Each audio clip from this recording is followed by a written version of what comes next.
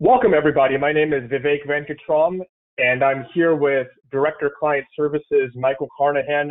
Michael, thank you so much for making yourself available today. We appreciate it. Yeah, thanks for having me. I'd love to dive right into your white paper. And you have several years of experience, and from your vantage point, you've managed several clients of ours through turbulent times, to say the least, especially this year, but really over the last several years as you've installed very successful accounts. So you've taken the time to write a fascinating white paper about how to navigate in this environment, tying specifically to the financial uncertainties that we have seen with our clients. I want to start off by asking you, taking the time, your schedule away from your clients to focus on this topic. Obviously, there were stakes behind that decision that were critical to you or were really important to you. What were those? Why did you choose to write about this? Yeah, thanks, Vivek. To your point, unprecedented times in which we live. A lot of my clients are going through the furloughs, reduced inpatient and outpatient visits. The old adage, cash is king, and that may be true, but cash is not revenue. So what I've been able to help my clients do is achieve that revenue, bottom and top line savings, streamlining the revenue cycle process. And that's just something that I think as an organization, we're very passionate about. And I've loved the fact that we've been able to help people through these turbulent times come out the other side.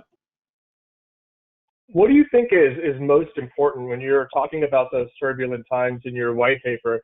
You allude to you prescribe, I should say, several recommendations for the audience in terms of how they should look at this. What would be your advice to the audience in terms of takeaways? Yeah, I think you got to streamline the process. You need to get rid of labor and paper, manually intensive processes of the past, whether that's through getting your people trained properly or bringing in the right partner like ourselves. If it's through robot process automation, these are all things that we're doing for our clients. And I think that's probably number one crucial factor. The other is make sure you embrace technology. Again, make sure, is it the technology the problem or is it a training problem? Do your people not interact with that technology and therefore costing you time, therefore costing you money? That's been a huge factor with my clients.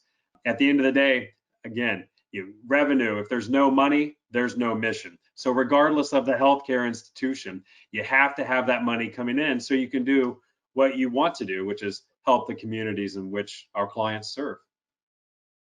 I love the way that you just laid it out, because how you've bracketed it is under the umbrella of revenue.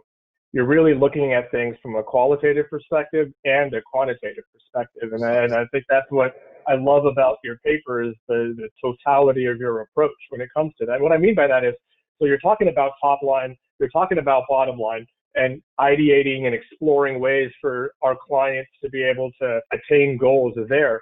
But also outside of that, I think what you're talking about is, where can we take innovation? Where can we take ideation? Where can we enable services with technology where it's not just a purely financial component, where there are, of course, ramifications on a financial level, but you also make sure that you leave room for those qualitative considerations as well. And I think technology-enabled services is, one of those areas where it's going to be most fascinating, where the healthcare industry is when we're at 2030, looking backwards, right? Absolutely. Again, I thought it was a great read for me. And again, I appreciate you taking the time to interview with us so we can layer some context on top of it.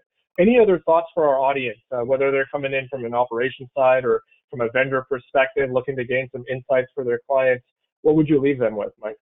I would say, no need to reinvent the wheel. There's a lot of consulting companies out there, but choose a partner, choose someone that's in it for the long haul, that knows the consulting, but can actually get the work done.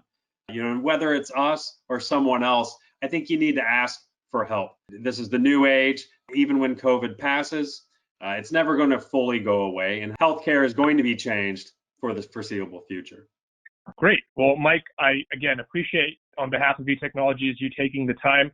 I know firsthand, being in the client services world with you, your vantage point and how you've been able to speak to experience rather than theory. in terms of managing and navigating your highly complex, high-end clients, particularly over the last several years. So thank you for making the time again. It's a great read for those who are listening to this.